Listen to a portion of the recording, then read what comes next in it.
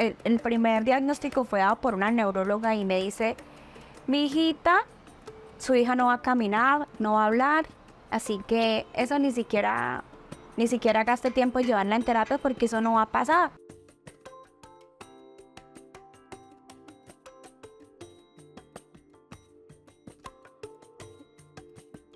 Mi hija no es un diagnóstico, el destino no es un diagnóstico y yo lo voy a lograr. Y yo creía que yo era Superman. Yo podía vivir con la vida, con la idea de tener un niño con otra discapacidad, pero ¿cómo vas a vivir sin un hijo, sin uno de tus hijos? Cuando decidimos ser madres, imaginamos lo que significa traer una vida al mundo, pero hay muchas cosas que no podemos prever, porque la maternidad es un universo donde se convergen un sinfín de emociones, sensaciones y experiencias. Muchas veces las verdaderas dimensiones de ser madre no se conocen hasta que vivimos cada momento junto a nuestros hijos. Somos su primera conexión con el mundo. Brenda, gracias por estar acá. Cuando te escuché por primera vez, sabía que tu historia debía conocerla al mundo. Esa historia y la oportunidad de ser la voz de muchas madres que han vivido o viven el proceso de tener un hijo o una hija con un diagnóstico, como es tu historia, una hija, Salomé, que por cierto el nombre desde el principio me conectó, así se llama también mi hija, con parálisis cerebral. Ya son 14 años, Brenda, donde has sido esa guía, ese apoyo de tu hija. Gracias y bienvenida a nuestro podcast. No, gracias Silvia por la invitación, gracias por permitirme ser la voz de muchas mamás que aún no han podido ser escuchadas. Gracias por la oportunidad de estar en blanco y estar en negro en muchas ocasiones, así que estoy muy, muy, muy feliz de estar acá y poder contar mi historia. Brenda, cuéntame esos primeros 8 meses de vida de Salomé. Bueno, Silvia, te quiero contar que antes de Salomé yo ya era mamá, ya pertenecía a la estadística del país de madres adolescentes. Pues tengo una hija mayor de 26 años, que es una mujer preciosa, maravillosa. Y pues bueno, me voy a esos días en cuando iniciamos este proceso juntas. Yo tenía 17 años y mi hija tenía 2 o 3 añitos. Y nos vimos, la vida nos llevó a un lugar al norte de la ciudad, a una invasión. Y juntas empezamos este camino. Las dos construimos ese ranchito, martillazo a martillazo. Y eras muy joven, tenías 17 años. 17 años. No recuerdo bien la fecha, pero sí estábamos como entre los 17 y los 19 años. Claro, muy joven. Y yo estaba estudiando. Y como digo, la vida nos llevó allá. Por X motivo, tuvimos que llegar allá. Y nos pasaron muchas cosas, pero una en particular que fuimos testigos del asesinato de un muchacho. Y en ese momento, Silvia, yo dije, esto no es lo que yo quiero para mi vida. Esto no es lo que yo quiero que mi hija vea, vuelva a vivir. Y porque ella estaba con mucho pánico. Es el día de hoy y escucha ruido, un disparo y todavía se tapa los oídos. Está con ese trauma aún porque el muchacho lo asesinaron a tiros. Y dije, bueno, este es el momento de parar, de comenzar de nuevo. Y me di cuenta que los límites están en la cabeza. O sea, no somos esa población que tiene que vivir lo que ya tenía escrito, sino que cada día uno puede escribir su propia vida, su propio libro, y ahí empezamos a escribir una página muy importante en la vida de nosotras. Iniciamos el éxodo hacia más arriba al centro de la ciudad. Poco a poco, como te digo, no fue de un día para otro porque no teníamos muchas herramientas. Yo estaba estudiando, trabajaba en la plaza de mercado de San Francisco. Siempre he sido una mamá muy presente. Y yo me la llevaba a la plaza de mercado, allá comíamos, salíamos al mediodía y ella se iba a estudiar y pues yo hacía otras cosas para pues mantenernos o sustentarnos. Pero ahí empezó el momento en el que dije, esto no es lo que quiero para mi vida, y decidimos salir. Marcaste una pauta completamente diferente. Me gusta mucho la anotación que haces, y para todas las personas que nos escuchan y nos están viendo en este momento, Brenda tiene su hija, estamos hablando, ¿me recuerdas el nombre? Tania. Tania, 26 años actualmente, pero no queríamos dejar pasar por alto, porque a pesar de que vamos a hablar de Salomé y de todo el proceso que ha sido para Brenda, para nosotros es importante esta pauta, porque desde muy joven Brenda ha sido muy determinada con las decisiones, y la van a escuchar paso a paso. Entonces, Brenda, ya formas el camino con Tania, empiezan a atravesar juntos la circunstancia y la experiencia nueva también de ser madre, ¿no? Porque sea la edad que sea, la primera vez que tenemos un hijo es un viaje completamente diferente, ¿sí? Pero cuando se es joven, le ponemos como ese tinte mucho más pesado al proceso que se lleva. Si hay algo importante que yo pudiera decirle a cada niña que tiene 15 años, es que se cuide, que lo piense, que para mí mis hijos han sido lo mejor que me ha podido pasar en la vida, pero si hubiera podido esperar un poco más, lo hubiera hecho. Cuando sentí que Tania iba a llegar a mi vida, es que literalmente, Silvia, yo la defendí a capa y espada, porque el papá quería que pues yo abortara, pero defendí mi frijolito a capa y espada, y yo decidí ser la mamá. Pues ya estaba acá, ese bebé no tenía la culpa y yo tomé la decisión. La misma vida, las circunstancias han hecho que tú vayas forjando ese camino, y algo que decías muy bonito cuando tuvimos nuestra primera conexión, en conocernos, dijiste, me ha cambiado la forma de ver la vida, ¿sí? Quiero que caminemos juntas en esta historia y me cuentes cómo son esos primeros meses de vida junto a Salomé, con un diagnóstico de parálisis cerebral. Bueno, no, el parto, siempre he sido muy trabajador. La niña en la barriguita se le había enredado el cordón umbilical, pero en controles me decían, no, tranquila, al mes siguiente se desenvuelve, al otro mes, en 15 días se desenrolla, no va a pasar absolutamente nada. Pero yo llegué a trabajar en día lunes y yo sentía contracciones.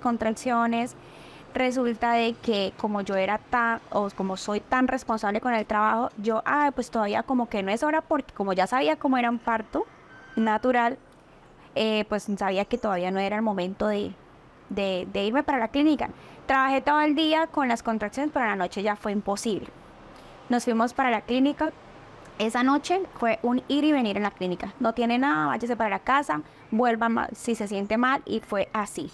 Pasaron 16 horas hasta la 1 de la tarde del día siguiente, y en el cambio de turno, una ginecóloga me pregunta, ¿qué tienen? ¿Qué siente? Yo, no, doctora, tengo muchísimas contracciones, me duele. Me hizo una ecografía y un toco, y me dice, no, mija, nos vamos ya para cirugía porque la bebé se está muriendo.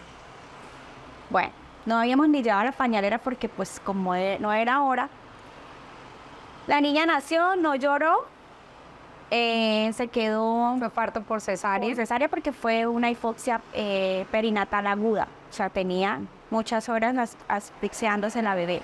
O sea, desde que empezaste tú con los dolores, ya era hora de una cesárea. De una cesárea, por una emergencia. Bueno, los primeros días normal, parecía una bebé normal, me la entregaron. Y al control del primer mes, sí se evidenció la primera alarmita, que es que la mollerita estaba completamente cerrada, la fontanela estaba cerrada, y a los bebés siempre se les demora meses en cerrar. Es un proceso natural, pero ella ya estaba sellada. Fue como el primer alarma, pero pues normal. Te dijeron que estuvieras tranquila, que era extraño, pero Sí, que esperara. podía haber pasado. Pero pues pasaban los días y yo ya tuve que regresar de licencia de maternidad, y yo me estaba maquillando un día para ir al trabajo y pasó una moto súper ruidosa, y yo me asusté y yo fui a cargarla. a cargar la bebé porque pronto no estaba, pero la niña no se alteró. Siempre fue una bebé, yo decía, qué bendición, qué niña tan tranquila, esa niña ni llora, ni molesta, ni nada, no avisa nada, qué niña tan...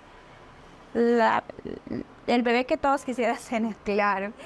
Y bueno, no se asustó, y yo empecé a tener como, ¿será que es sorda? Y empecé a ir a los controles, a pedir más citas médicas.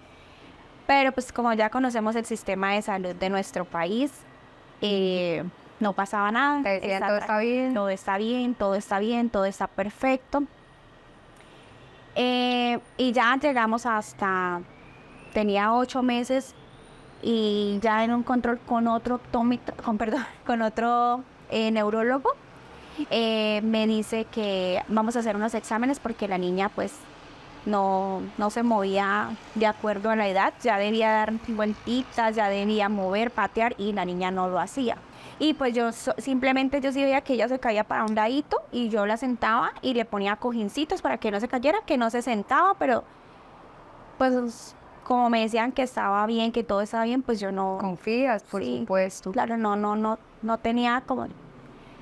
Pero llegaron los exámenes, se le hicieron un electroencefalograma, se le hicieron todos los exámenes y evidenció pues que tenía una parálisis cerebral con algo que se llama diplejía espástica. Significa que medio cuerpo está paralizado y está con un tono muy fuerte, está muy rígida. Y así empezamos el proceso de... ¿Verdad? ¿Cómo fue? O sea, tú vas a un control normal, quiero que nos cuentes un poco más de ese diagnóstico y en ese momento ibas sola, estabas con tu pareja, tu esposo, tu mamá, te llegó por correo electrónico. No, Silvia, yo estaba en mi casa porque me despidieron del trabajo por tener una niña en condición, pues en esas condiciones porque pedía permisos. Todo el tiempo para Sí, tus citas, entonces controles. yo hice como un trato con el señor y le dije que yo podía trabajar medio tiempo, pero pues que me diera la mañana, y en la mañana yo gestionaba citas y todo, pero que en la tarde yo le cumplía el horario, que me pagara la mitad del sueldo, y él me dijo que sí, que perfecto. Pero ese trabajo me duró una semana y a la semana me dijeron que pasara la carta de renuncia porque pues así no podía, y yo la pasé. Yo la pasé porque yo no sabía que yo tenía derechos. Simplemente, como era tan crédula, pues yo me dejé. Y me hizo el favor de la vida, sí. Me hicieron el favor de la vida despidiéndome. Así me pude enfocar en la niña. Entonces, bueno, mi esposo se ganaba un sueldo medianamente normal, que podíamos sostenernos, pero como trabajamos en la misma empresa, el mismo señor le dijo, si le sirve el mínimo bien y si no, vayas. Cuando un mínimo pues estaba por muy debajo de lo que él se ganaba, él es técnico óptico. Y pues bueno, yo le dije, aguante ahí mientras nosotros resolvemos. Y bueno, ahí entonces aparece otra parte importante de supervivencia porque yo empecé a trabajar vendiendo revistas, vendiendo ropa interior. Me di un curso por YouTube de cómo hacer gelatinas de las que van decoradas y a vender gelatinas para poder tener para los pasajes. Entonces yo vendía lo que fuera para poder tener efectivo diario mientras él trabajaba para pagar el arriendo. Y así estuvimos, llegamos al control y cuando fuimos a buscar los resultados, me temblaba todo porque ya era más que lógico que sí tenía parálisis. O sea, era la confirmación, pero ese día yo temblaba, literalmente me temblaban las manos. Ya el médico te había dicho como Sí. antesala que quizás ese probablemente era el diagnóstico, pero lo iban a confirmar con los El exámenes. diagnóstico ya estaba, faltaba era legalizar en los papeles.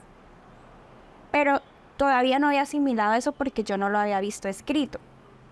Cuando fuimos a reclamar, fui yo con la bebé y me temblaba todo, lo recibí, yo no sabía leerlo porque eso son puras rayitas, pero abajo decía parálisis cerebral, epilepsia espástica. Yo pues no entendía lo otro, solo parálisis cerebral y yo dije, güey, cha, se me acabó la vida porque pues como desconocía yo decía acá no vamos a salir nunca de este hueco oscuro en el que nos había puesto esta vez la vida. Y no, llegué a la casa y esperé a mi esposo en la noche y ya lo hablamos, lo comentamos. Yo, de parte de los dos, siempre he sido la más fuerte. Él es un poco más sensible y yo soy un poco más tranquila para tomar las cosas. Empezamos el proceso de aprender qué era la parálisis cerebral, qué era una hemiparesia, qué era diplejía, qué era espasticidad, porque eso ni siquiera yo sabía decirlo bien, se me enredaban las palabras. Y también empezó algo muy importante que no debería pasar, Silvia, porque ya bastante las mamás tenemos con enfrentarnos a un hijo con condición de discapacidad y es tener que ir a pedir citas para terapias, encontrar un lugar idóneo, un lugar donde no le maltraten a usted sus hijos, porque yo fui testiga de maltratos físicos y verbales a los niños. Hace poco veíamos una noticia de una chica en Piedecuesta que le pegaba. Sí pasa, Silvia, pasa. Sus mamás, las mamás que tienen que ir a trabajar, dejan a sus niños en terapia mientras van y se buscan el pan diario. Y sus hijos son maltratados en los centros de rehabilitación. Y se va uno con el corazón pensando tranquilo y resulta que no. Quiero que me cuentes un poco, Brenda, y nos cuentes a todos cuando te dan el diagnóstico, fue el neurólogo. ¿Y ahí qué sigue? O sea, te dicen, bueno, ahora tienes que hacer esto, o te sueltan, o cómo sientes ese proceso a nivel, hablemoslo de EPS, y porque esto que tú me dices ya es que tú tomas las riendas y dices, bueno, vamos a averiguar, a investigar qué debo hacer, pero ¿hasta dónde va el sistema de salud contigo?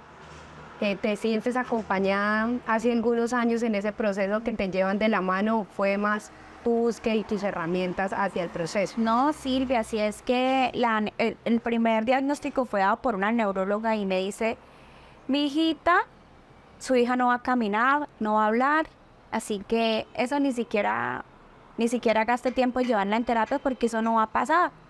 Y se lo dicen a uno cuando uno primero está entendiendo esa ola que se le vino de nieve encima y ella viene y lo aplasta a uno con esas palabras. Es que no va a caminar, es que si acaso a los 8 años va a hablar y si acaso, mija, si acaso.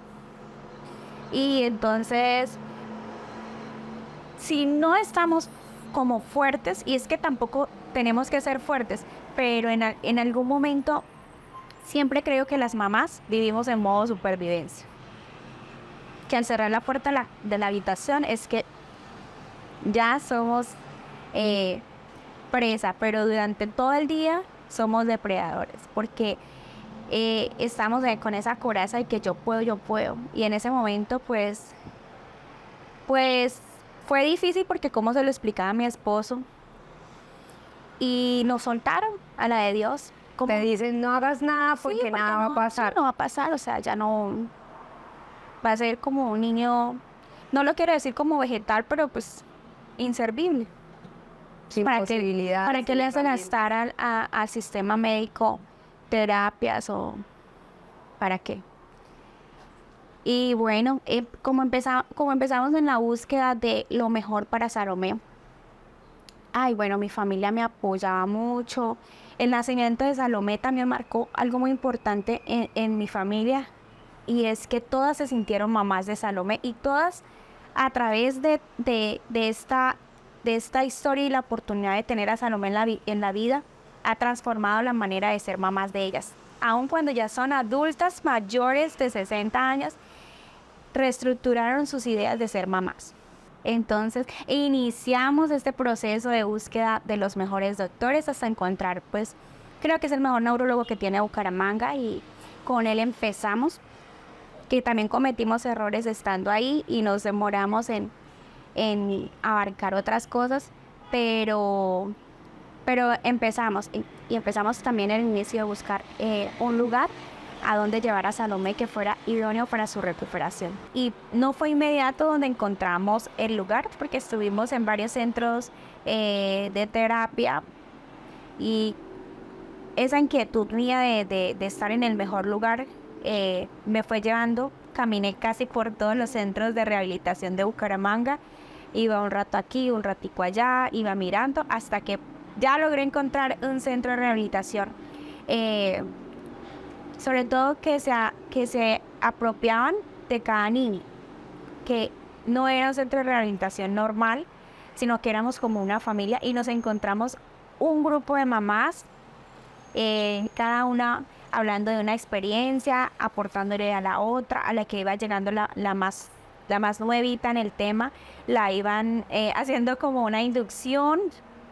Y bueno, fue muy bonito llegar a ese lugar, encontrar a la doctora Zulay, que la verdad, ella fue como un ángel en la vida de nosotros, porque cuando escuchamos los otros médicos decir tantas cosas negativas, ella siempre nos ponía palabras de fe, lo vamos a lograr, y era como la mamá de tantos niños,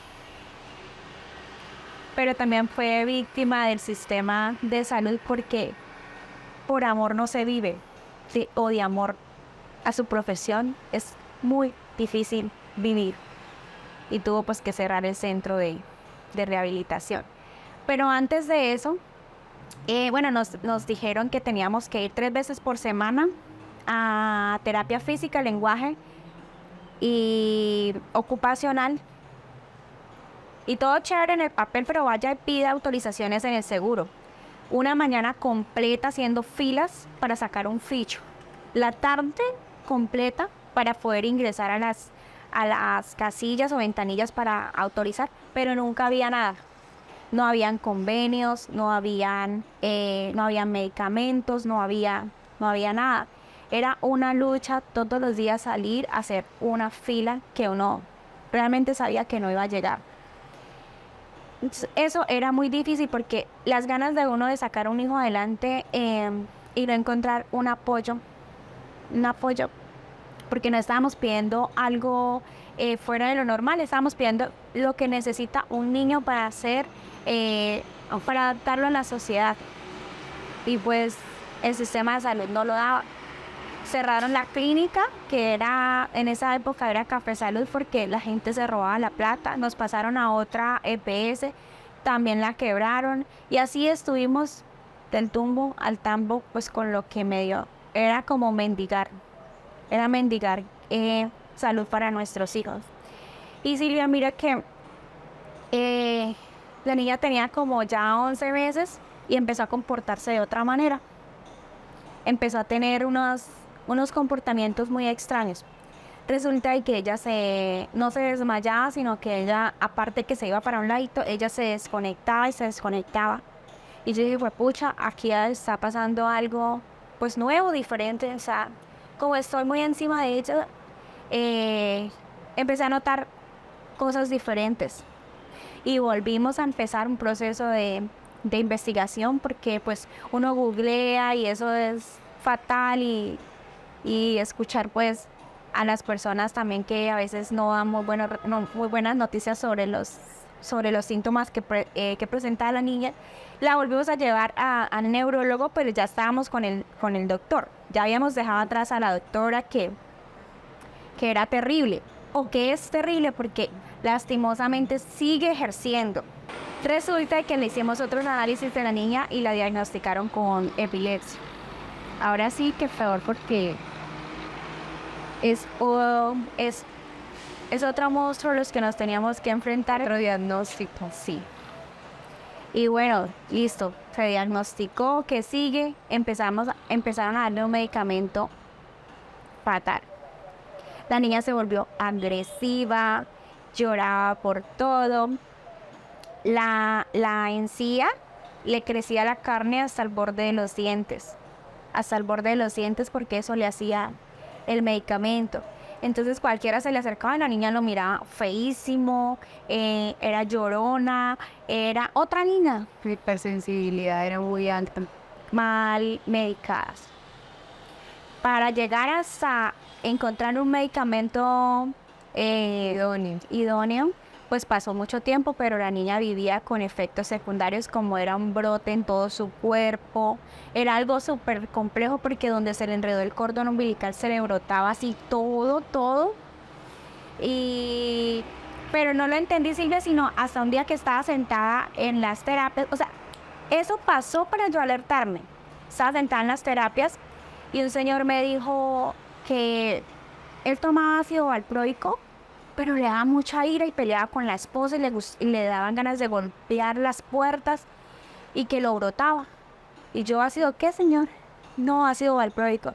Y yo, y en mi mente, yo le doy ese medicamento a la niña. Empezaste a relacionar como efecto secundario. Claro. Todo lo que le pasaba a la niña, la incomodidad, llorar. La niña lloraba mucho, estaba muy incómoda. Estaba súper incómoda.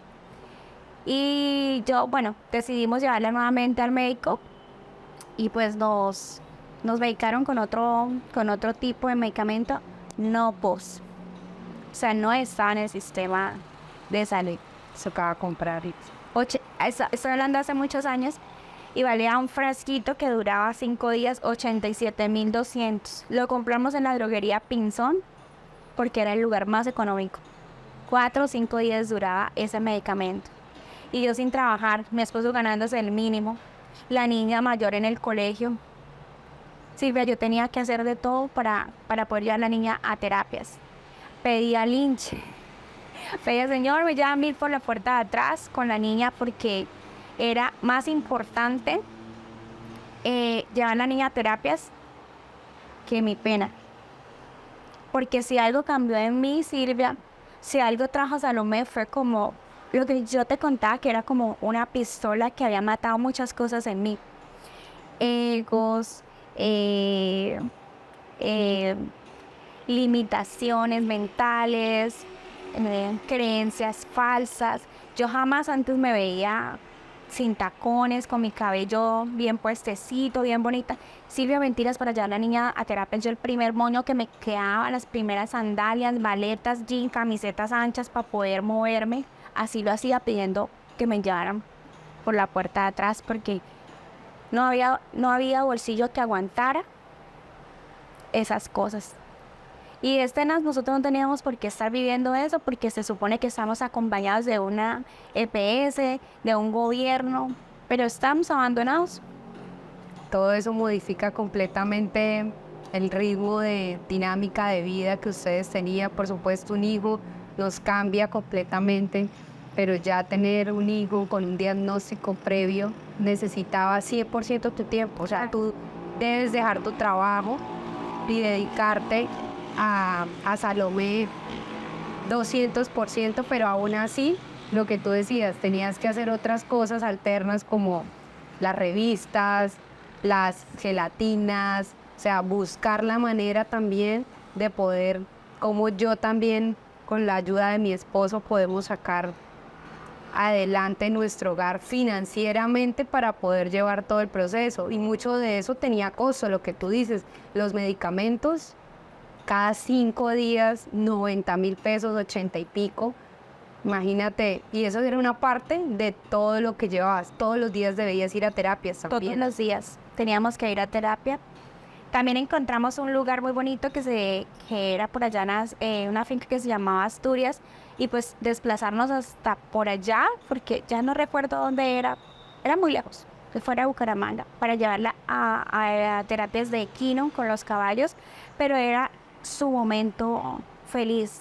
Cuando ella llegaba y tocaba esos caballos, era la tranquilidad para esa niña. Entonces, claro, esos sacrificios los hacíamos por tener 1 o 2 horas de felicidad con la niña.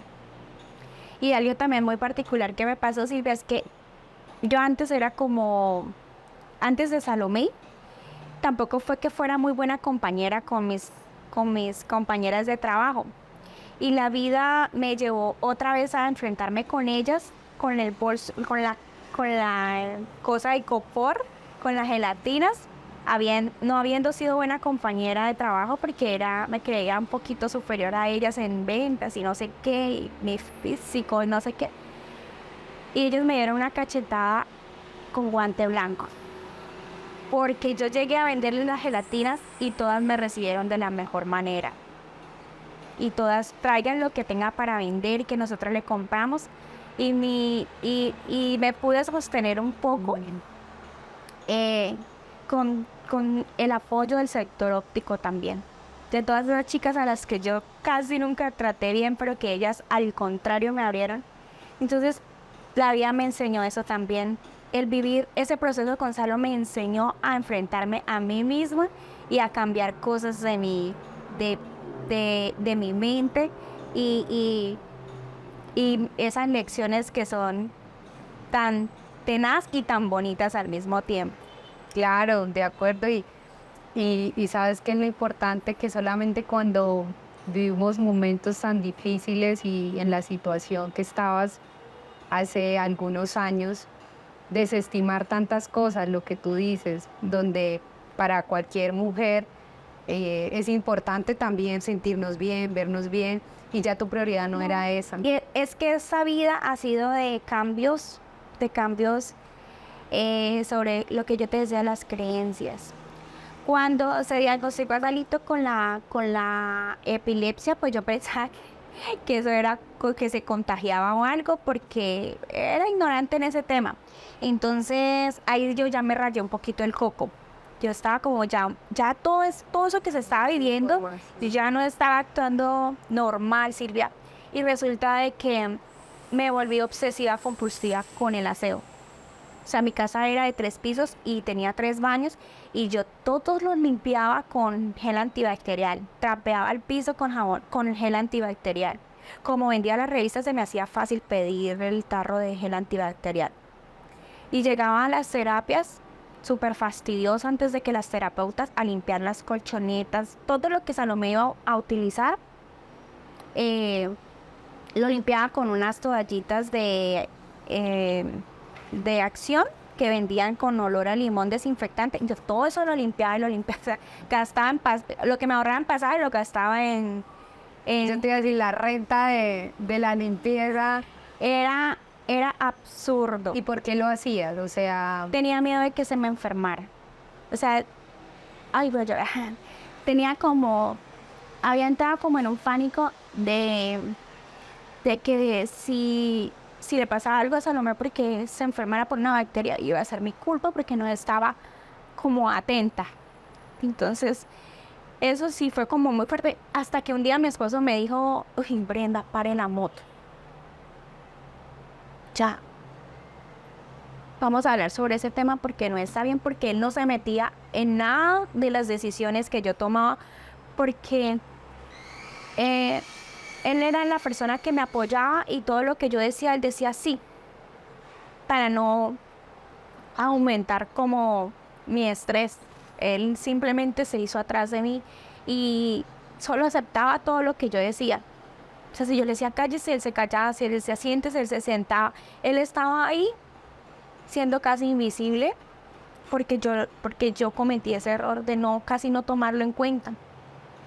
No lo tomaba en cuenta. Hasta ese día que me dijo, ya, tiene que calmarse, eso no va a suceder, no nos va a pasar nada más, lo vamos a lograr. Y así pude calmarme un poquito sobre esa cuestión del aseo, porque mi cabeza era, se me va a enfermar, se me va a enfermar. Durante todo ese proceso de la medicación de Salomé, eso yo pensaba, eso no la voy a dejar cocinar cuando esté grande, porque qué tal que le dé una crisis cocinando y se me corte, no voy a hacer nada, no voy a dejarla nada, no voy a hacer nada. Y quería tenerlo todo bajo control y pasó otra cosita. Resulta de que un día ya no teníamos para devolvernos de las terapias a la casa. Ya no teníamos ni los 1,000 pesos que yo decía, te linche. Y teníamos una motico. Y mi esposo me dijo, a la de Dios, vámonos los 3 en la moto. ¿Qué puede pasar? ¿Qué puede pasar, Silvia? Pues en el Perpetuo Socorro nos accidentan. Ese día, esa decisión. Y yo salgo a volar después del puente del Perpetuo Socorro. Él queda atrapado entre el carro, un bus, así apiñoscado en la moto. se enterró algo acá porque él tiene la cicatriz de la argolla de matrimonio de nosotros acá. Yo vuelo, me levanto y yo no veo a la niña. Yo no veo a la niña y me agacho a mirar del bus y la niña está debajo del bus. El bus no arrancó, pero la niña estaba en el bus. Que meto, la saco, alguien me alcanza como un vaso de agua, yo lo retiro, me subo a un taxi y me voy para la clínica. Yo no supe si mi esposo se salió, vivió, murió, no sé. Yo vivía en mi casa, tenía a mi hermana que había dejado todo por venirnos a ayudar con Salomé. Y llega mi esposo a la casa así como, mejor dicho, parecía extra del video de Michael Jackson de Thriller, así todo deshecho, las rodillas raspado, ensangrentado. Él llegó a la casa a dejar la moto como había quedado. Y luego yo veo que él llega a la clínica a vuelto nada. Pero yo era preocupada por la niña. Pero yo estaba raspada, golpeada. Pero Silvia, a la niña no le pasó ni un rasguño. Ni un huevito tenía, ni una raspadita, nada. Le hicimos exámenes y pues no se evidenciaba ni un golpe ni nada. Entonces fue una mala decisión que tomamos ese día, pues ya desespero porque no teníamos cómo devolvernos al mediodía. Tú tienes, y quiero hacer una anotación bien importante, y es cómo a veces o siempre juzgamos, casi siempre juzgamos demasiado rápido las situaciones que vemos en la calle, en el diario vivir. Como lo es un accidente, tú dices, íbamos los tres en la moto y pasa esto, o sea, era la primera vez que lo hacíamos, fue una decisión porque no teníamos cómo más hacerlo, ¿sí? Porque somos muy ligeros en juzgar, en criticar, en decir por qué no se hizo, y debió hacerse de esta manera, pero realmente lo que ustedes como familia estaban viviendo era demasiado fuerte, era demasiado complejo de procesar en todos los aspectos, a nivel emocional, a nivel financiero también. Era un desafío, todos los días era un desafío de supervivencia, de cómo alimentarnos, de cómo pagarle el transporte a la niña grande, las cosas del colegio a la niña grande. Y todo el abandono que sufrió esa niña. A los 12 años quedó sola, con gente en la casa, pero estaba sola, porque todos nos enfocamos en la recuperación de Salomé. Y a ella nadie le preguntaba cómo se siente, qué pasa. Entonces empezamos, Silvia, a vivir una dinámica en la casa en la que solo se hacía lo que yo dijera porque yo creía tener la razón de todo y yo anulé a mi entorno. Empezando desde tu hija mayor Tania, tu esposo. Claro, sí, o sea, lo que ellos dijeron no tenía ningún tipo, pues, de importancia, porque yo estaba con la adrenalina de escuchar a las otras mamás y de la euforia y la fuerza de que, puta, no, yo no me voy a dejar de esto y es que mi hija no es el diagnóstico, el destino no es un diagnóstico y yo lo voy a lograr. Y yo, o sea, yo creía que yo era Superman y yo lo voy a hacer, que la opinión de ellos pues dejó de ser importante para mí, que ahora lo pienso y ahora, ay, juepucha, me duele mucho porque se fracturaron muchas relaciones con mi hija por esa situación, que la entiendo, porque es una niña de 12 años enfrentándose a un caos del día a día donde no ve a su mamá sino correr, cocinar, ir a terapias, volver, llegar, llorar, llamar a pedir citas, horas al teléfono. Ella me habla, yo sí, cocínese algo porque no me quite el tiempo, porque estoy en la fila de espera y ya me programe y así. Y se levantaba al colegio y medio le daba un café y un pan y váyase a estudiar así y resuelva su vida. Se deteriora mucho la relación de ustedes dos. Claro, es el día de hoy que estamos la una para la otra, pero al mismo tiempo cuando nos encontramos somos dos polos positivos, o sea, echamos chispa. es el día de hoy, tiene 26 años y todavía tenemos muchas cosas por sanar. Porque hay mucho que sanar. Sí, hay mucho que sanar. Que no nos hemos tomado el tiempo de preguntarnos qué es, pero yo en el fondo sé qué es. Sé qué es. Pero ella está para mí y yo soy para ella. En todo. En todo. Viviendo toda esa experiencia, te quiero contar que nosotros pusimos una tutela a la EPS. Pero fue una tutela mal hecha, y yo la llevé al juzgado y la jueza me la leyó y eso le dio como risa y me dijo que estaba mal hecha y ella misma me la redactó y la secretaria la hizo, la firmó y me dio la tutela a mi favor. La tutela salió con una tutela integral donde la niña debía recibir todos los servicios que necesitaba sin costo adicional porque aparte los copagos antes eran muy altos. Tocaba pagar terapia por terapia. En este caso ya solo hacía un único copago para todos los servicios. Llegó el medicamento, nos daban el medicamento. Lo que estabas pagando tú aparte ya te lo suplía la EPS. Y ya pudimos como relajarnos un poquito. Pero ya tenía como 3 años, 4 años. Ya había pasado como el tiempo. Y hubo algo que también nos impactó mucho a nosotros y fue cuando nos dieron la autorización para ir a un centro de rehabilitación a elegir la silla de ruedas para un niño con parálisis. Y nos fuimos a mirar la silla de ruedas porque iba a ser algo que nos iba a ayudar a nosotros para yo no alzarla, porque yo siempre la cargué, la llevaba a tuche. Yo era su silla de ruedas, siempre fui su silla de ruedas. Y llegamos allá y Silvia me dieron muchas ganas de llorar allá. Se me cayó el mundo porque yo decía, si yo siento a esa niña en esa silla de ruedas, yo sigo yo voy a dar el brazo a torcer. Y todo lo que yo he peleado, ya llevo tantos años en esta lucha y me voy a dejar ganar. La voy a sentar en esa silla y yo la condenaba. Es que yo tenía muchos pensamientos autocríticos y autodestructivos y me culpaba. Entonces, si ella no caminaba, iba a ser por mi culpa. Y yo le dije a mi esposo, yo le dije, Luis, no vamos a llevarnos esa silla de ruedas a la casa. Que la use un niño que más la necesita. Pero nosotros no nos vamos a llevar esa silla de ruedas a la casa. O sea, no aceptaste en ese momento. No, ahí afuera de líneas hospitalarias hay un árbol y yo me senté a llorar y a llorar y a llorar de... Tal vez de sentir como que mi ego estaba perdiendo.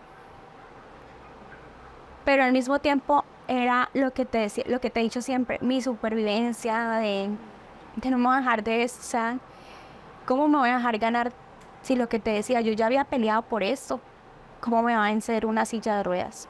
Y yo, no, nos vamos para la casa, no compremos esa silla de ruedas. Y Y tu empezamos. esposo te apoya, te dices, vamos. Claro, él siempre dice sí. Él siempre dice sí. Y nos fuimos para la casa a empezar el nuevo capítulo de esta aventura, porque entonces ya había superado el cómo conseguir terapias, el cómo conseguir medicamentos, el cómo conseguir sitios. Ahora el cómo voy a conseguir que ella camine. Y la vida me dio otra vez una lección porque no era como yo quería, sino al tiempo de Dios y como Dios lo había dispuesto. Pues Silvia, y estando en esa aventura diaria, pues lo que yo te decía, escaseaba el dinero. Y mi esposo se ganaba un mínimo que en esa época era entre 600,000 algo. Y todo el dinero me lo daba a mí. O sea, yo manejaba la economía de la Pesado, casa. porque lo administrabas y de dónde todo. Y ya era como el mes de abril, finalizando abril, inicios de mayo, mentiras. Pero no la puedo comprar los libros del colegio a la niña mayor y a mí me dijeron, vaya a la de San Andresito Centro, que allá venden libros usados y usted los coge, le borra y los puede reutilizar. Porque pues la niña estudiaba en un colegio público y necesitaba libros. Pues yo fui a comprar esos libros reutilizados y me dio, eso fue al lado de San Andresito Centro. Un día X normal. X. Que tuve tiempo.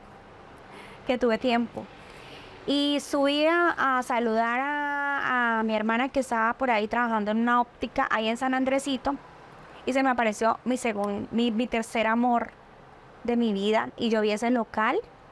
Y eso yo lo imaginaba como una apertura de Las Vegas. Así yo lo veía, luces, dinero volando. Fue algo que se me vino a la mente. Yo vi ese local cerrado y sin un peso, ¿no? O sea, y sin para invertir y sin tiempo, pero con ganas y con experiencia en lo que sabía. Y literalmente yo veía ese local y yo lo veía como la rueda de mi fortuna. O sea, Todo el potencial. claro, acá acabaron mis problemas económicos. Eso cree uno cuando no va a emprender, ¿no? Acá se acabaron mis problemas. Pues, ¿qué tenía yo? 300,000 pesos que él me había dado para pagar el arriendo. Libros. Era lo que teníamos para pagar el arriendo de la casa. Porque con todo eso nunca habíamos quedado mal al señor de la casa. Y estaba el número del teléfono del señor y yo lo llamé y y que quería ver el local ya mismo. Y era ya mismo porque no tenía tiempo, tenía que poner las ollas para poder salir. Y el señor vino y me mostró el local y aún así eso salía en mi mente, globos, confeti. Este es el lugar porque sentí que Dios me había llevado hasta ese local. Era chiquitico, pero yo lo veía grandísimo, unas oportunidades. Y yo le dije, no tengo todo el arriendo, pero tengo 300,000 pesos para pisar el negocio. Silvia, yo no tenía, antes de ese momento yo no tenía ninguna intención, ninguna idea de montar un negocio. O sea, nunca se me había pasado en la mente porque yo estaba ocupada con la niña. Fue ese día. Fue ese instante. Y todo fue movido por emoción del momento. El señor me recibió la platica. Fue tan serio que lo hizo fue en un recibo de caja menor. Ese fue nuestro contrato de arrendamiento. Y yo se lo conté a mi familia y mi familia, bien, vamos a hacerlo. Y llega Luis Ernesto en la noche y se lo voy a contar y nunca hablaba y esa vez me dijo un poco de cosas. Cómo se me iba a ocurrir, con qué íbamos a pagar el arriendo, qué me había pasado. Y yo todavía le pintaba con corazones, no, mi amor, es que vamos a salir adelante, lo vamos a lograr y todo. No. O sea, ya ponga los pies en la tierra, o sea, ya deje de vivir en el aire. ¿Qué vamos a hacer? Y nos acostamos a dormir como serios.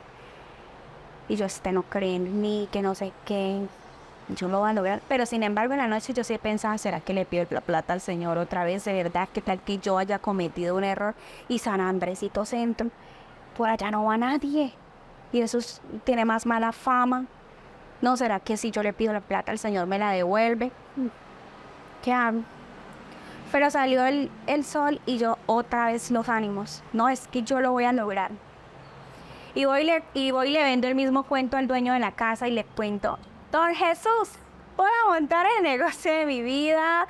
No, mejor dicho, me voy a demorar en pagarle unos días del arriendo.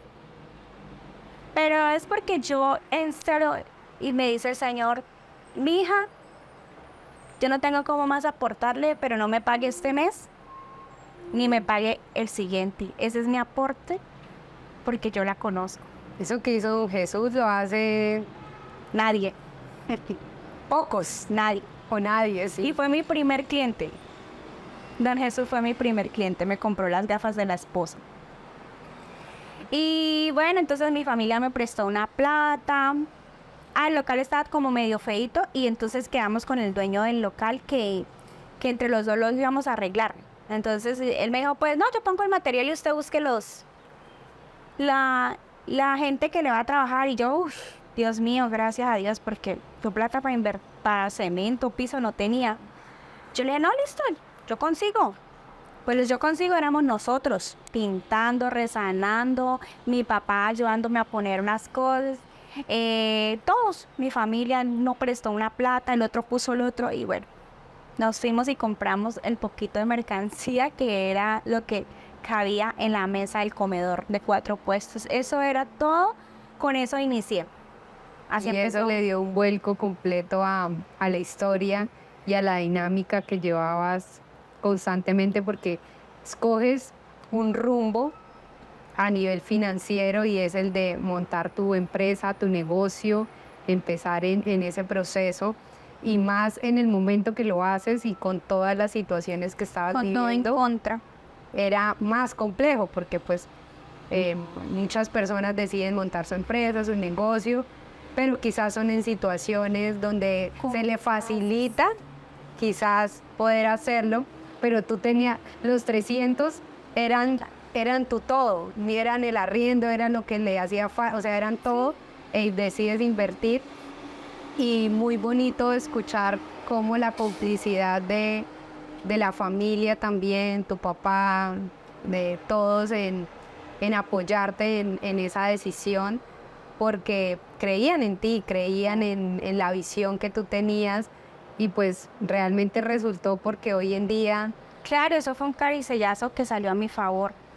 Pero pues no fue fácil porque Claro. emprender no es fácil. Como yo te decía, Claro. sin bases, sin un colchón a donde acudir, o sea, era sí o sí, o sea, no tenía alternativa, Silvia, tenía que darme resultados sí o sí porque ya había hecho un contrato a un año, o sea, eran 300.000 pesos, pero el arriendo valía 550, todavía me faltaba reunir los 250.000 pesos del que me faltaba.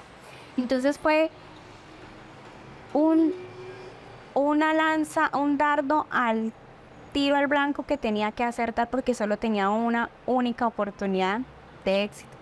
O me daba o me tenía que dar, o sea, sí o sí.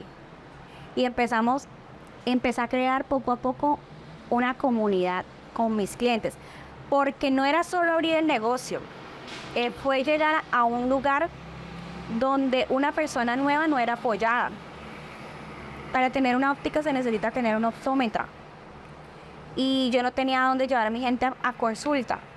Entonces me devolví hasta donde, ¿te acuerdas que te conté de las chicas que me habían apoyado? Me prestaban la doctora. Y yo caminaba 3 o 4 cuadras y la gente caminaba conmigo para ir a hacerse un examen allá. O sea, sí te puedo decir que yo he visto la mano de Dios respaldada en cada una de las cosas, porque eso no le ocurre a cualquier persona. Es que si yo te lo cuento parece mentira, que la gente caminara conmigo 3, 4 cuadras para irse a hacer un examen. diría, no, si me toca caminar, no, o en otro Y es que al lado me lo hacen, al frente me hacen el examen. Pero la gente veía algo en nosotros sin que lo habláramos, que les decía, fue pucha, pues tenía este lugar. Brenda, añades a la lista de todo lo que tú tenías de responsabilidad, de todo lo que tenías que día a día, te pones Otro costal. otro costal Otro costal para el loco. gigante, que emprender y hacer empresa es bastante complejo. Lo que tú dices, todo el recorrido que debes llevar y que contaste con muchos ángeles en ese proceso. ¿Cómo ha sido o cómo fue en ese momento? Salomé ya lleva en proceso de terapias y pues claramente ya seguía en tu vida, en su proceso. Debió ser muy complejo sortear el tiempo y la situación, pero ahí quiero preguntarte, nosotros cuando nos reunimos, charlamos y hablamos de la parálisis cerebral, tenemos muchos imaginarios, ¿sí? Cuando nos conectamos y hablábamos sobre el tema, pensé como la neuróloga en diagnóstico, como bueno, quizás no puede hablar, no puede caminar, no puede hacer muchas cosas. Entonces, socialmente, cuando hablamos de parálisis cerebral y médicamente, hay muchas limitaciones. Quiero que me cuentes, con todo lo que tú habías hecho, en todo el proceso que tú has llevado, las terapias, en todo lo que tú hayas implementado y las herramientas, el apoyo, la ayuda, no silla de ruedas, que fue una decisión. ¿Cómo empiezas a ver ese proceso en Salomé a dar resultados completamente diferentes? ¿Cómo se transformó un diagnóstico para que no hubiera limitantes? Para que la creencia de los demás no afectara mi vida. Y cómo a través de la vida de Salomé la gente pudiera entender que no se acabó el mundo porque tienes un hijo con parálisis cerebral. Es que, Silvia, habían ejercicios que yo hacía con Salomé diarios. Resulta que ya no le regalábamos muñecos, sino le regalábamos herramientas como soportes para tenerse, un andador. No sé si has visto esos andadores que utilizan los adultos mayores. Ella era feliz con su regalo. Entonces, ¿cómo empezó el proceso de incluirse a la sociedad? Empezamos por ahí. Ese andador le amarramos un baldecito de arena y con ese yo la mandaba a la tienda. Y ella se iba así parecía un borrachito. Se iba así, iba a la tienda y compraba una galleta o un pan y se devolvía a la casa. La tienda quedaba en la esquina. Yo vivía a la media cuadra y a la esquina. Y empezamos a que ella se sintiera independiente con mucho cuidado y vigilándola. Pero no le gustaba que ella saber que nosotros la estábamos vigilando. Entonces yo me escondía en los árboles y le decía al señor de la tienda, Don William, porque el habla nunca se vio afectada. Habla perfecto. Habla perfecto.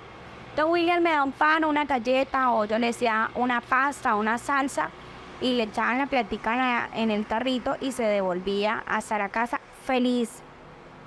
Entonces el papel también es importante de nosotros, cómo vamos enseñándole a los niños que no se acabó el mundo y que eso lo vamos a cambiar a nuestro favor con lo que tenemos. No le vamos a decir, oh, wow, qué dicha tener parálisis. No, es que me siento feliz y si lo volviera a nacer lo volvería a pedir. No, Silvia, no volvería a pedir eso. Pero ya es lo que tenemos y que vamos a hacer.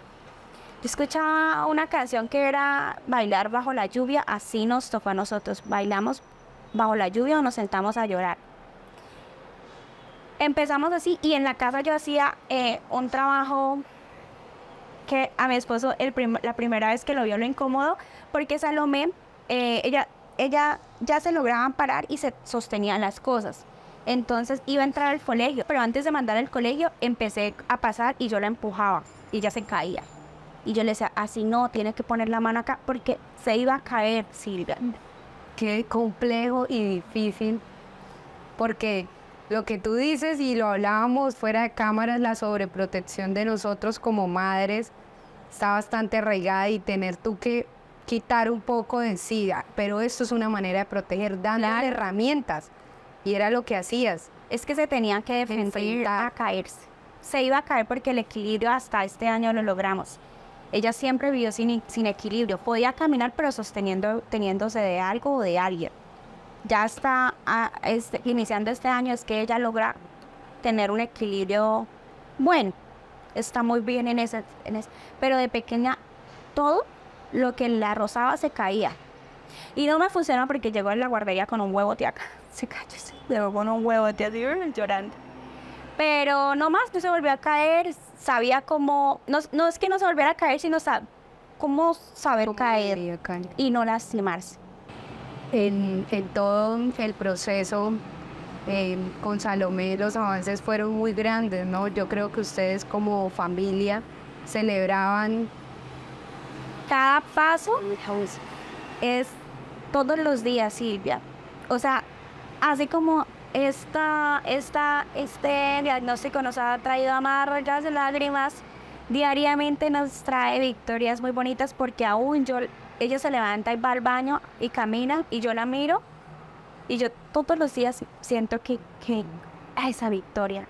Es que mi hija, todos los días, cuando un niño camina lo celebrarán 1, 2, 3 días y ya, porque es el proceso natural del ser humano.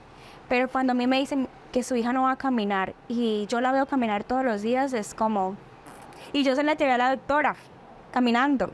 Y la doctora, camino, venimos a control. Y yo pegué control con ella para demostrarle que se puede. Que listo, que los libros científicamente dicen que ese es el diagnóstico porque ella lo aprendió. Pero hay maneras de decírselo a los papás. Y... ¿qué fue lo que funcionó en Salomé para que caminara, para que no puedo decirlo? Esto fue lo que pasó para que ella caminara. Porque Silvia, mire, a mí me decían, entierra en la arena del mar. La enterramos en la arena del mar. Úntale claras de huevo, untaba claras de huevo. Llévela donde no sé qué, allá íbamos. O sea, yo creo que fue como Un cúmulo de muchas yo creo que Dios diría, uy, señora, ya, mire, voy a darle señal para quitarme porque estoy muy cansona, porque a donde yo me dijeran, allá yo estaba. Y eso es importante, yo creo que todos los imaginarios y lo que médicamente te decían que no se puede, hay un ingrediente y una herramienta muy importante y es todo el apoyo, la determinación que han tenido en el proceso con Salomé, ¿sí? Porque han hecho todo médicamente, han hecho enterrar en tierras y me dicen claras de huevos, o sea, todo lo que no la vaya a afectar, pero Exacto. me dicen que funciona, lo hacemos como familia y lo aplicamos. ¿Y por qué hablo de determinación?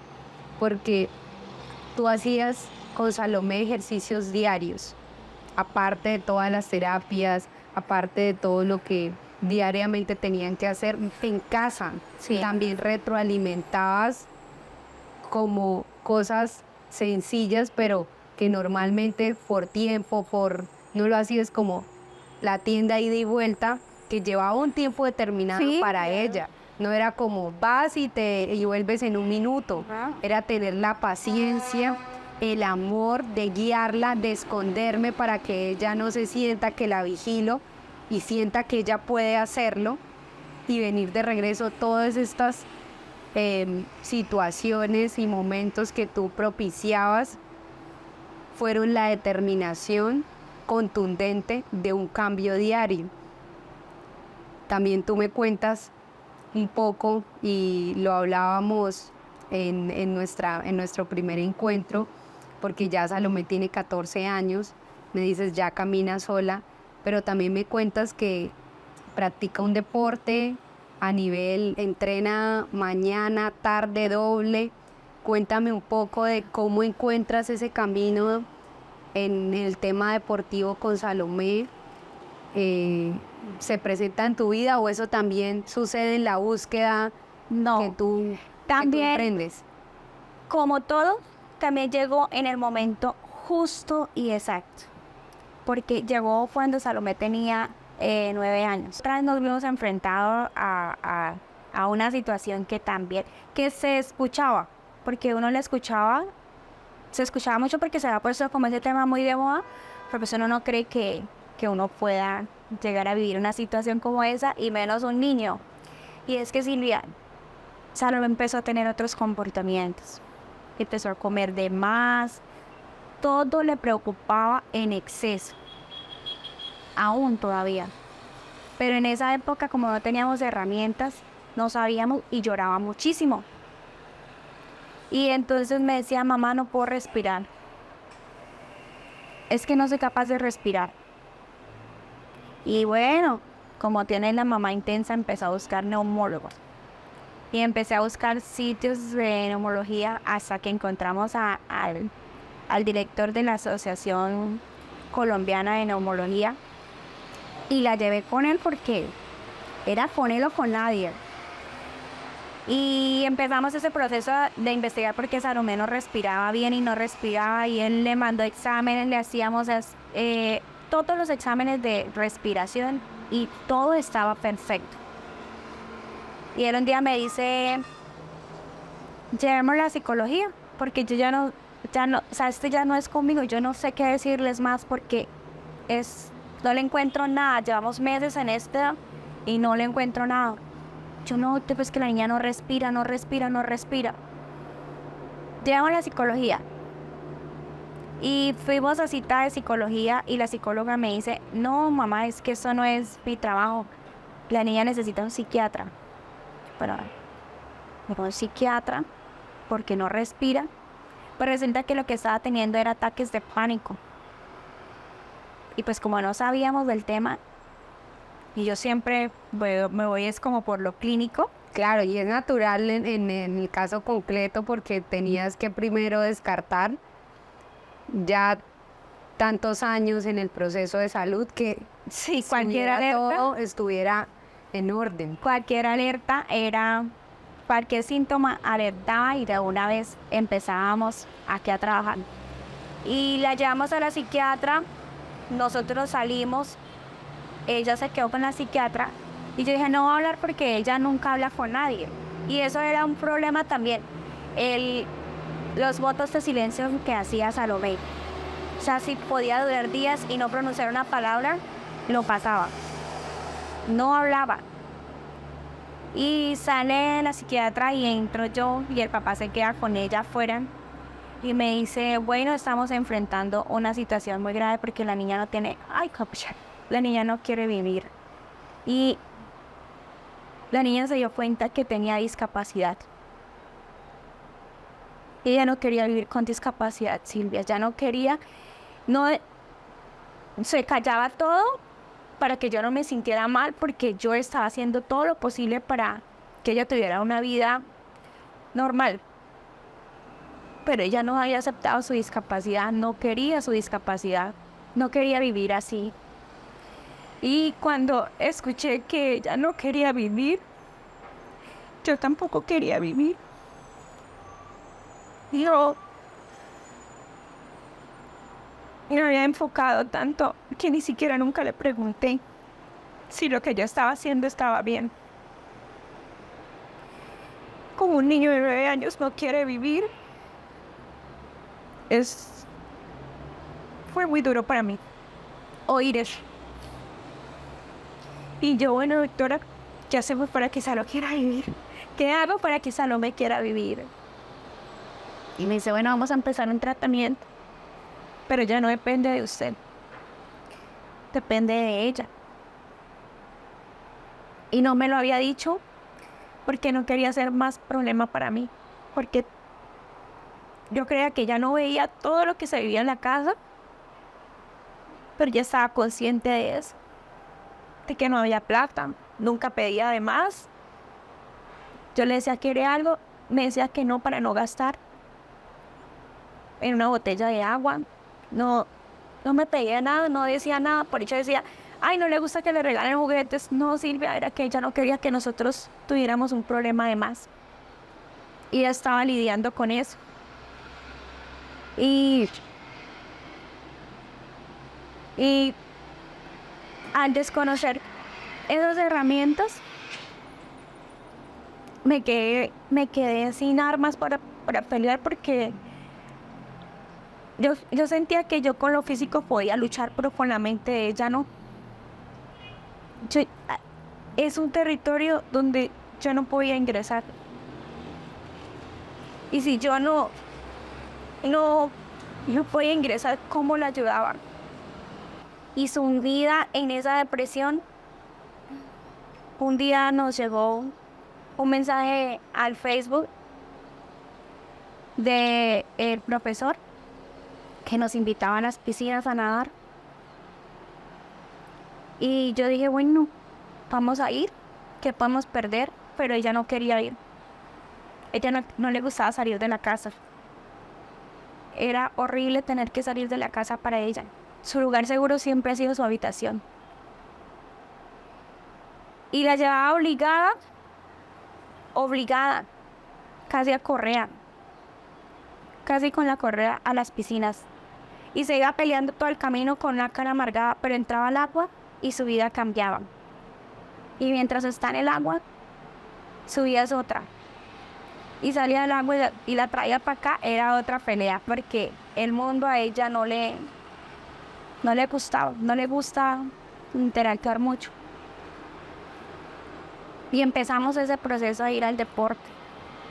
Y yo puedo decir que, no lo puedo decir yo, ella lo ha dicho abiertamente, el deporte cambió mi vida, cambió a Salomé de una manera maravillosa, encontró su lugar en el mundo, encontró que había personas con discapacidad más que ella, menos que ella, pero que todos eran tratados con igual. Un día se impactó mucho porque hay un muchacho que no tiene los bracitos y el otro le dijo, Mocho, venga, y ella, mamá, le está diciendo Mocho. mire cómo se trata. Y entonces ella vio que se familiarizaban tanto con la discapacidad que ya no era algo negativo para ellos, sino que esa herramienta la están usando para hacer su estilo de vida. Y dijo, mamá, acá yo me siento bien. Y así ha sido, sí, ya la natación trajo para ella independencia, autonomía, poder de decisión. Ya decide qué come y no come, ya no come hamburguesas, perros, pizzas, bueno, de vez en cuando. Pero ya sabe que tiene que alimentarse mejor, que tiene que hidratarse, que tiene rutinas de ejercicio, adelgazó, se mira al espejo y dice me gusta cómo me veo. La decisión de dejarla viajar sola, para mí fue un poquito más duro que para ella. Para ella está feliz lejos de mí. Ella es feliz cuando viaja porque tiene más independencia, decisiones. Entonces el deporte nos cambió la vida. Ver cuando llega con sus medallas y las muestra, hace feliz absolutamente a todos en la familia. Y se siente que está aportando algo a nuestras vidas. Cuando llega y nos muestra, mamá, mira, me gané esa medalla por tantos metros libres, tanto no sé qué. Yo todavía no entiendo muy bien de natación, pero cuando veo su sonrisa y su felicidad y la paz que tiene ahorita, no, pues no digo que todo valió la pena, pero el esfuerzo que se ha hecho sí ha valido la pena. Ya había pasado el tiempo y yo dije, no, ya llegamos a la encima, ya logramos surfear todas las olas que nos golpeaban todos los días y ya estamos navegando en mar en calma. Ya estamos el mar en calma, ya todo estaba bien, los pajaritos cantaban, salía el sol, ya tenía mi rutina hecha, ya sabía qué terapias hacer, ya todo estaba tranquilo. Y quedé embarazada nuevamente. Yo no quería tener más hijos. Pero pues como nací en un hogar lleno de amor, pues, ¿qué hijo de madres? Pues vamos a hacerle porque ¿qué más? Y era embarazo de un varón. Es nuestro primer varón o nuestro único varón. Y, ay no, ese embarazo sí fue complejo, tenía malestares, tenía de todo, pero todo marchaba bien. En una ecografía me evidencia que algo no estaba bien. Ya ¿Cuántos meses tenías ya? Ya tenía 5 meses de embarazo. Y Salomé me había hecho una promesa súper linda porque ella me dijo, mamá, cuando nazca mi hermano yo voy a caminar bien para que tú no me alces a mí porque vas a estar ocupada con mi hermano. Y ella estaba muy ilusionada con su hermano. Y en la ecografía se evidencia que había como algo maluquito, como que no estaba bien. Entonces, pues para descartar que el niño venía con síndrome de Down, hicimos algo que se llama amniocentesis, que es sacar líquido del estómago. Una jeringota así al rojo vivo, le sacan a uno agüita y esa agüita se va para estudios que nunca llegaron. Porque iba para genética y nunca llegó ese resultado. Y bueno, también era súper complicado porque trabajar con esa barrigota, ir a terapias con la niña. Yo hacía brigadas empresariales, entonces iba a la empresa con la maleta, la niña la sentaba encima de la maleta, esa barrigota, el trabajo. Pero lo hacía porque yo estaba feliz con mi vida. Y llegamos al 7º mes y yo fui con mi hermana, mi hija mayor, mis hijas. No fue mi esposo porque estaba trabajando. Y mi hermana, mi sobrina. Y estábamos haciendo la ecografía y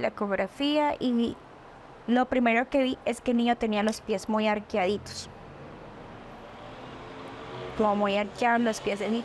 Y el doctor seguía con la ecografía y yo le dije, doctor, ¿pasa algo? Porque yo le veo la piernita rara. Y me dijo, sí, pero es que también le veo que tiene algo en el riñón. Es que el riñón está muy grande no recuerdo bien las medidas o los diámetros, pero me decía, creo que vamos a tener que hacer un trasplante de riñón apenas nazca el niño. Entonces vamos a ponernos, ahora que salgamos, en busca de un donante. Porque pues él puede vivir con un riñón, pero si se puede hacer un donante, mucho mejor. Y seguía con la ecografía y seguía con la radiografía. Yo ya sé que es con el riñón, listo. No, es que tampoco es solo el riñón. Es que le miro que el niño tiene la cabeza extraña. Y mi hermana se estaba burlando en ese momento. Así que mi hermana está viendo, se acuerda de ese momento porque estaba con una burla. Ay, pero tanto que me dice que mi hija es cabezoncita. Mire, su hijo está muy cabezón, muy cabezón. Y el doctor No calla. decía nada. Y él allá, señora, cállese. Y dice Brenda, es que el niño viene con acondroplasia. La acondroplasia es el tipo de enanismo más común. O sea, venía con enanismo. Y mi hermana se quedó callada, nos cayó el balde de agua. Eso sí fue sentir el balde de agua fría. Y yo, enanismo. Bueno. Ay, bueno. Bueno. ¿Qué más da? Pues, a como te pongas vida, te vivimos porque... Pero sí... Yo traté de salir tranquila. Mi hermana estaba entre achantada, nerviosa, asustada, preocupada. Tenía 1000 emociones mi hermana. Salimos. Mi hija mayor también como decía, mamá, ¿pero qué pasa? ¿Qué es lo que está pasando? Y ella estaba enojada porque yo estaba embarazada, porque ella decía, con tantos problemas y venir a quedar embarazada. Y me regañaban. Y salimos de la ecografía, íbamos bajando y mi hermana se devuelve y me abraza y empezamos a llorar. Ese momento de reacción. Sí, pero sin juntas. decirnos nada, sin decirnos nada. Y ella solo me decía que me quería mucho, que me quería mucho, que me quería mucho. Y ya nos fuimos por la casa, le contamos a mi esposo, bueno, también lo vamos a lograr, es lo mismo cuento que yo vendía siempre. No, lo vamos a hacer, bueno, será enanito, pero pues buscamos el riñón y si no, pues ahí la sorteamos y qué tal. Pero mentiras, ya no tenía como la misma, ni la edad, porque ya estaba cansadita de estarle dando a la vida tantas, de querer ver lo bueno y no, a veces la vida es una mierda y uno quiere sentarse y decir, pues puta, o sea, ¿por qué me toca esto a mí? O sea, ¿yo qué hice? O sea, llevo desde mis 15 años llevando el saco más pesado que le tocó a este loco. O sea, ya. Y sí empecé a sentirme incómoda físicamente y me empecé a sentir como ya desganada. Pero pues igual tenía que seguir viviendo no era que no quisiera vivir, sino que ya me sentía, ya no le encontraba como ese saborcito a la vida. Yo estoy cansada. Y estaba la última ecografía que era de los 8 meses. Eso se llama un Doppler. Yo fui sola porque mi esposo estaba trabajando. A Salomé la estaba cuidando mi suegra y mi hija Tania se había, pues porque estaba tan molesta, estaba dando como muchos problemas rebeldes. Mi mamá me dijo, no, déjenmela, yo la cuido durante ese tiempo. Entonces mi hija estaba viendo con mi mamá y yo fui sola.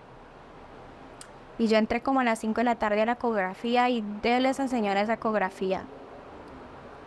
Y me decía, ¿ya le dijeron lo del riñón? Yo, sí, doctor, ya sé. ¿Ya le dijeron que tiene acondroplasia? Sí, doctor.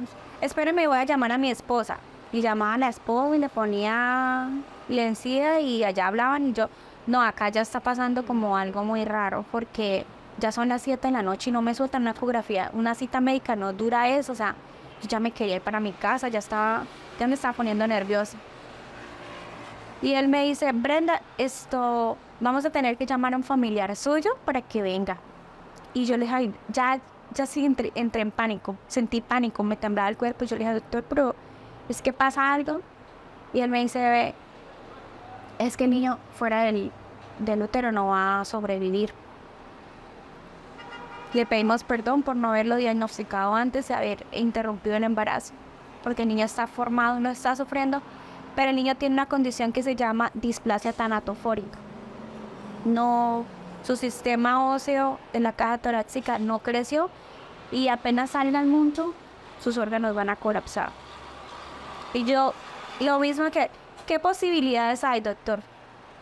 Primero en la solución y luego en el problema. ¿Qué solución hay? ¿Qué porcentaje me da para...? Dijo, 0,01%, Brenda.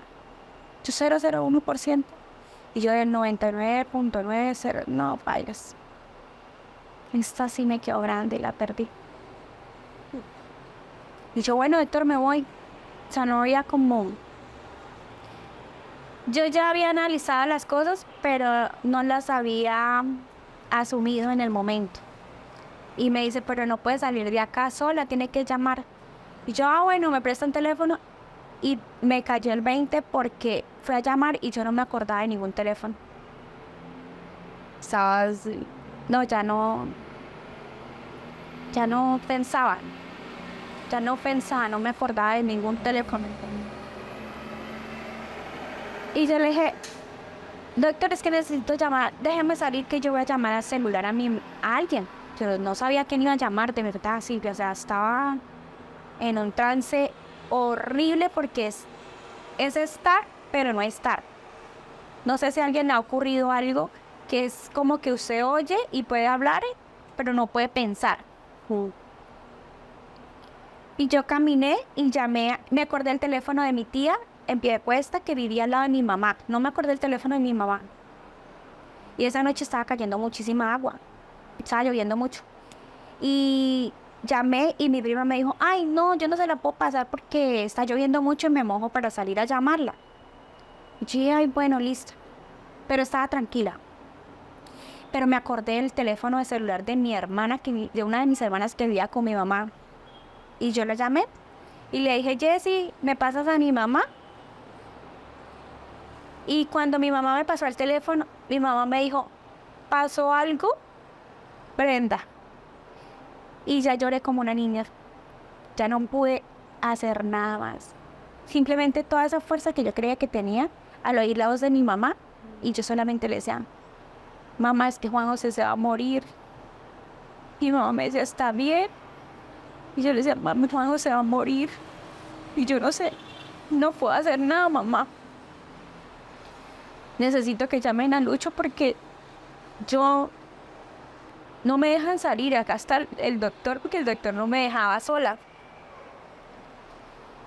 Y mi mamá me dijo, ay, me voy a buscarla porque mi mamá también siempre ha estado conmigo, estaba muy preocupada. Y yo le dije, no, mami, solo llamen a Lucho a que venga por mí porque el doctor no me deja ir sola.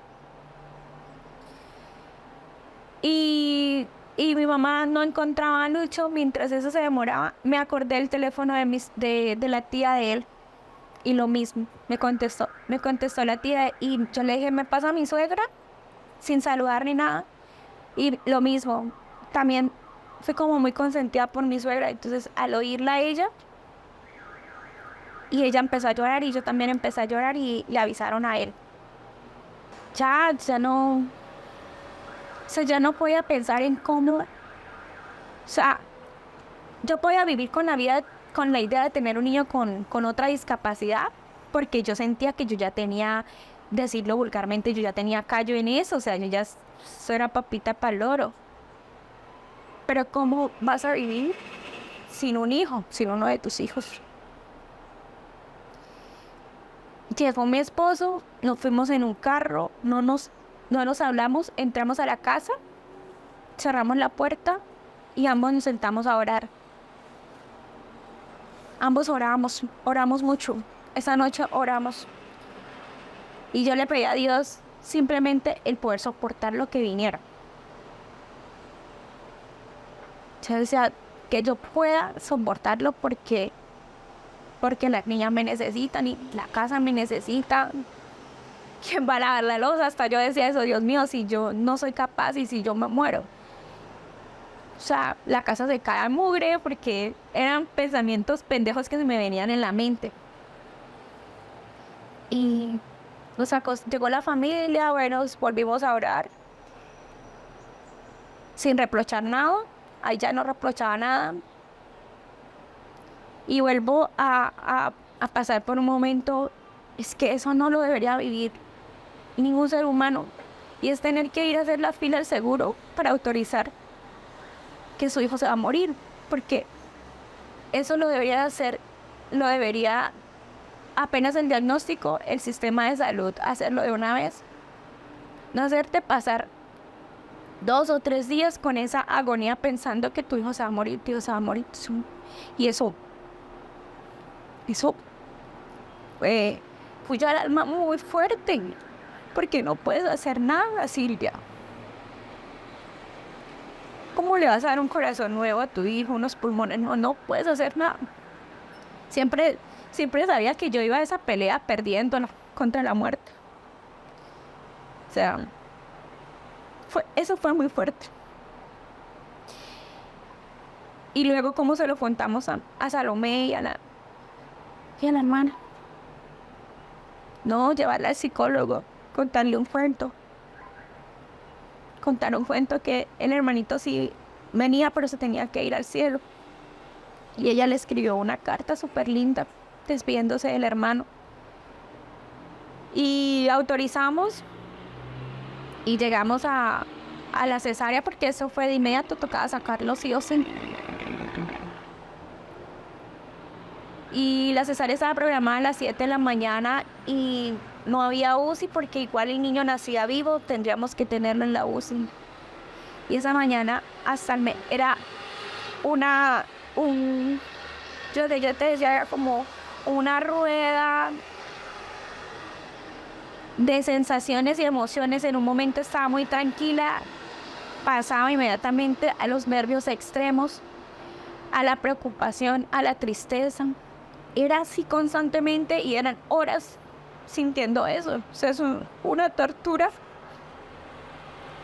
para una mamá.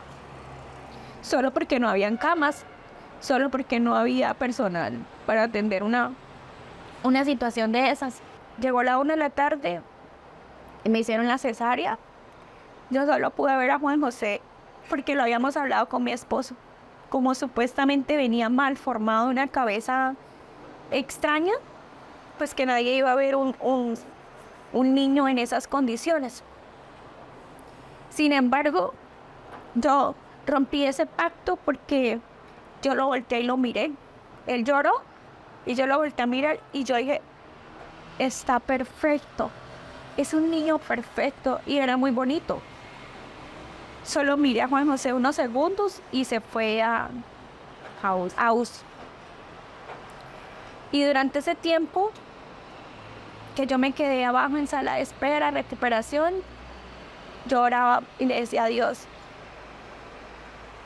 si Juanjo tiene muchas complicaciones, no le permitas venir a este mundo solo porque yo quiero ser mamá de un varón. Y yo le rogaba a Dios que se lo llevara, porque no quería verlo, no quería volver a ver a un hijo sufrir y pasar eso.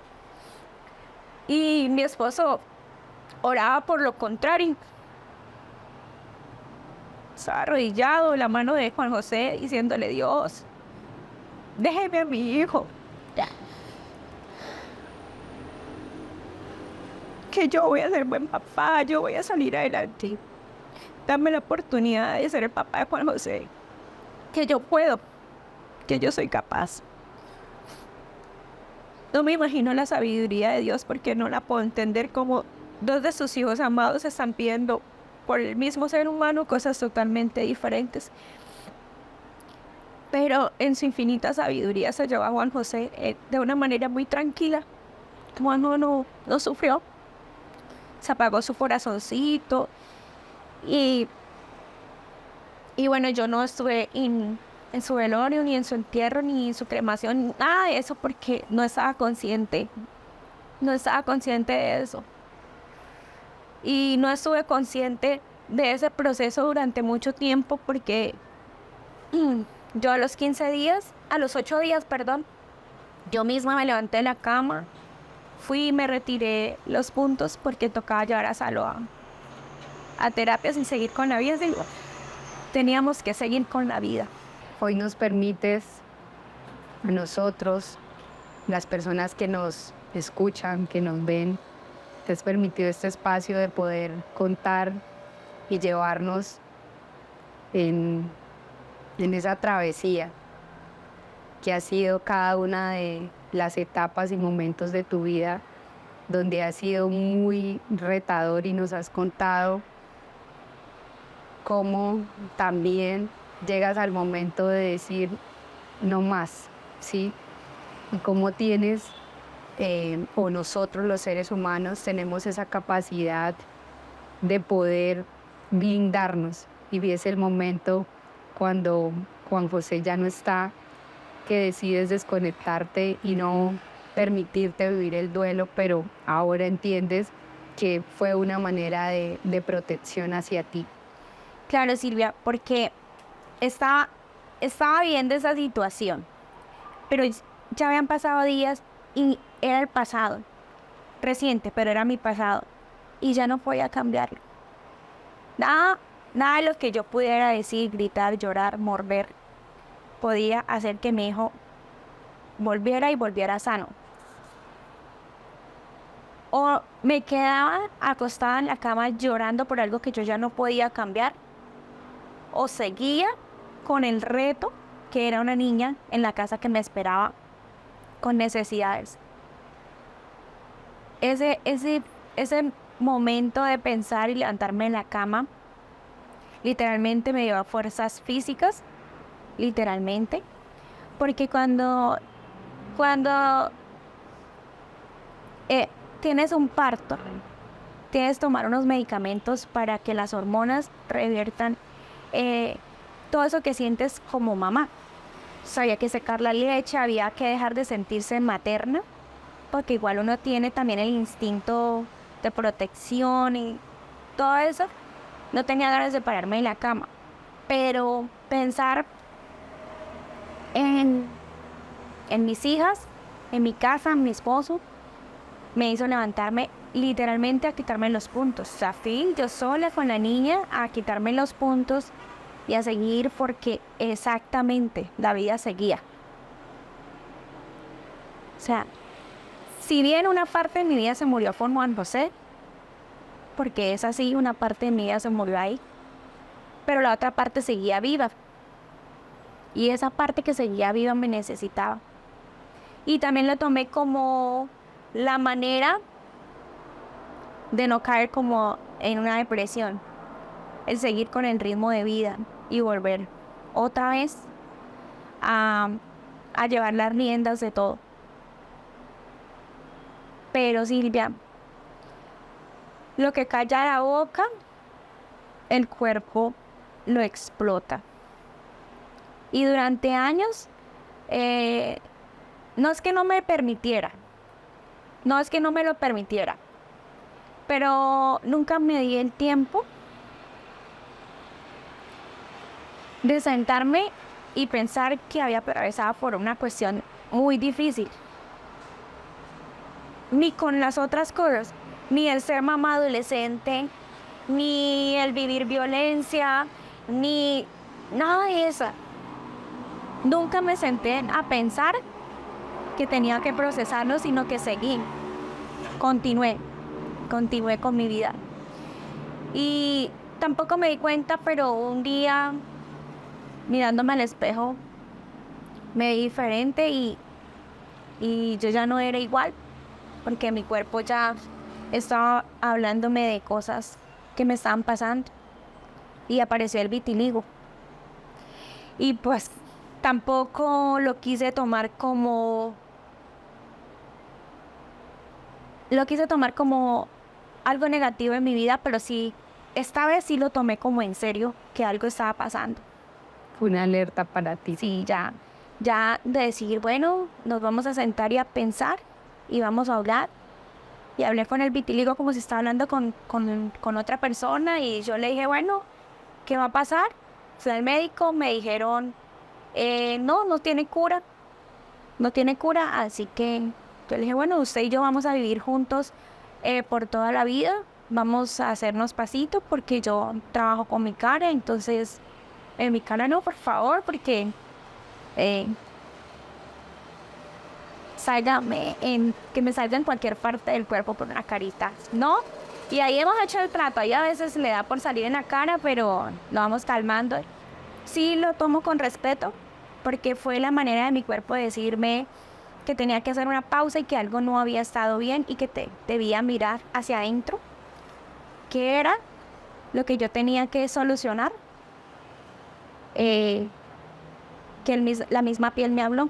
Me dijo, bueno, Brenda, ya es hora de parar, ya hemos ido a 180 por hora toda la vida y vamos a pausar y vamos a pensar las cosas y vamos a mirar la vida de una manera diferente. Y ya es como con la sabiduría de haber entendido todo el proceso. Yo pienso que si alguien está pasando por algo similar, por cualquier cosa, que busquen su motivo y su raíz de amor que les impulse a seguir adelante. Principalmente en que nos es permitido sentir dolor y que nos es permitido sentirnos mal, pero aún así es más permitido seguir y no dejarnos acabar por la situación, porque siempre va a salir el sol, o sea, siempre vamos a estar en la noche súper oscura, donde aparecen los monstruos, donde aparecen ruidos, donde aparece todo, pero es que al otro día va a salir el sol legalmente. Así lo dice Dios, o sea, el sol alumbra para justos e injustos. Y aunque nosotros a veces no creamos que no es que necesitamos vivir estas cosas, pero vamos a aprender de eso para poder seguir, para poder hacernos más fuertes, para poder disfrutar de un vaso de agua con mayor alegría, del abrazo de sus hijos, del poder contar con sus papás o con su mascota, o para poder disfrutar todo.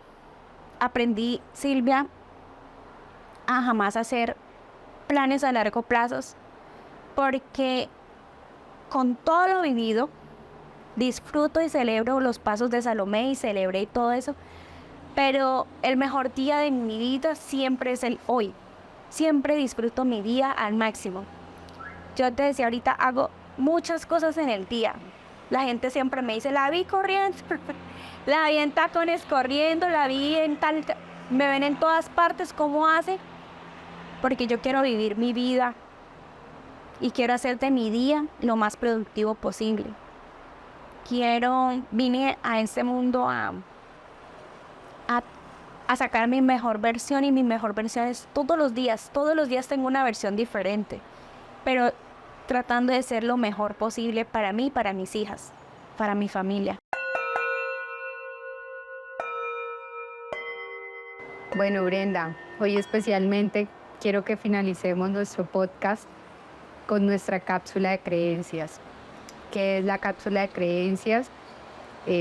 Poder saber en Brenda, a lo largo de su vida, nosotros somos educados y tenemos un sistema de creer ciertas cosas, pero con el tiempo, la experiencia, los años, vamos desestimando esas creencias impartidas desde nuestra educación y con el entorno también que nos ha dado y nos forman los seres humanos que somos hoy.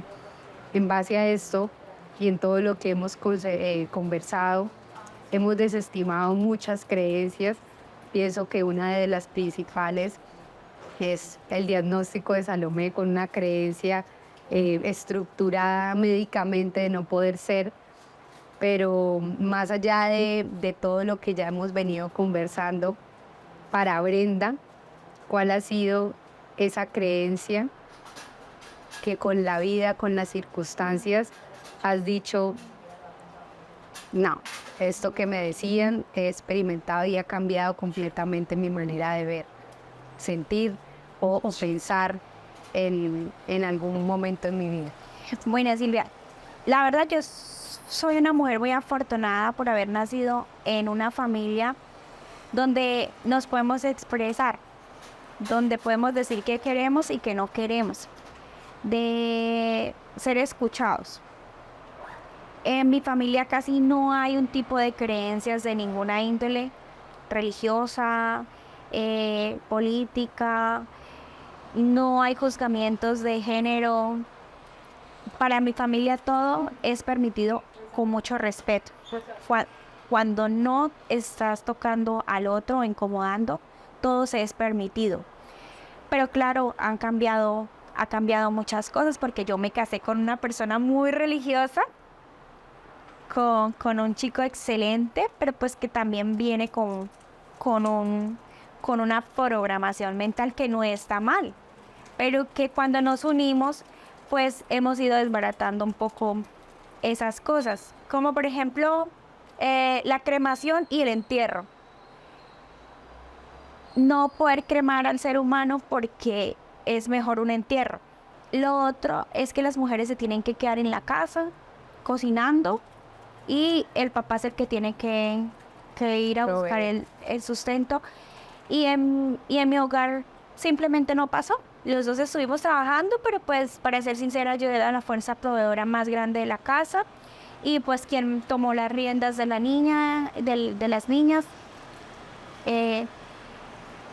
Y básicamente creo que médicamente rompí la creencia de la limitación física, porque yo viví esa experiencia, porque veo a mi hija caminar, estudiar, cocinar, viajar sola, es independiente, puede tomar un InDriver o un Uber sola, puede ir, volver, con toda la tranquilidad de que ella es totalmente independiente, aun cuando a mí un diagnóstico me decía que no iba ni siquiera a hablar. Y habla perfecto. Ha sido como esa creencia de lo fatalista, de que ahí acabó la vida y que no hay más allá de la vida, sino lo que está escrito. Pero resulta que como a mí me dieron herramientas para crear libros, yo puedo escribir mi propia historia en mi propia página todos los días. Y esa libertad me la dio mi familia, mi mamá, mi papá, mi entorno. Entonces estoy muy agradecida con la familia que me tocó por eso, que me enseñó a respetar, a ser muy trabajadora, a tener un tipo de orgullo que no está visto, que es, la gente siempre se siente orgullosa como, ay, si me hizo algo no le voy a hablar. Mi familia es, ay, si me hizo algo voy a preguntarle qué fue para que lo solucionemos, o esa situación no me voy a dejar ese tipo de orgullo, yo lo voy a convertir en algo positivo. Y esa dinámica me permitió ser la mujer que soy ahora, me permite contar esta historia con tranquilidad, me permite contar esta historia con la plena paz de que soy la mejor mamá que pudieron tener mis hijos. Y eso nadie me lo va a quitar. Y nadie me va a poder juzgar jamás. Y yo creer que hice algo mal porque humanamente e inhumanamente hice todo y he hecho todo por ellas. Y yo me siento en paz con eso. Creo que sí, y no me cabe la menor duda, Brenda. Gracias por estar en nuestro podcast y me gustaría finalizar dándote un abrazo. ¿Me lo permites? Claro que sí, sí.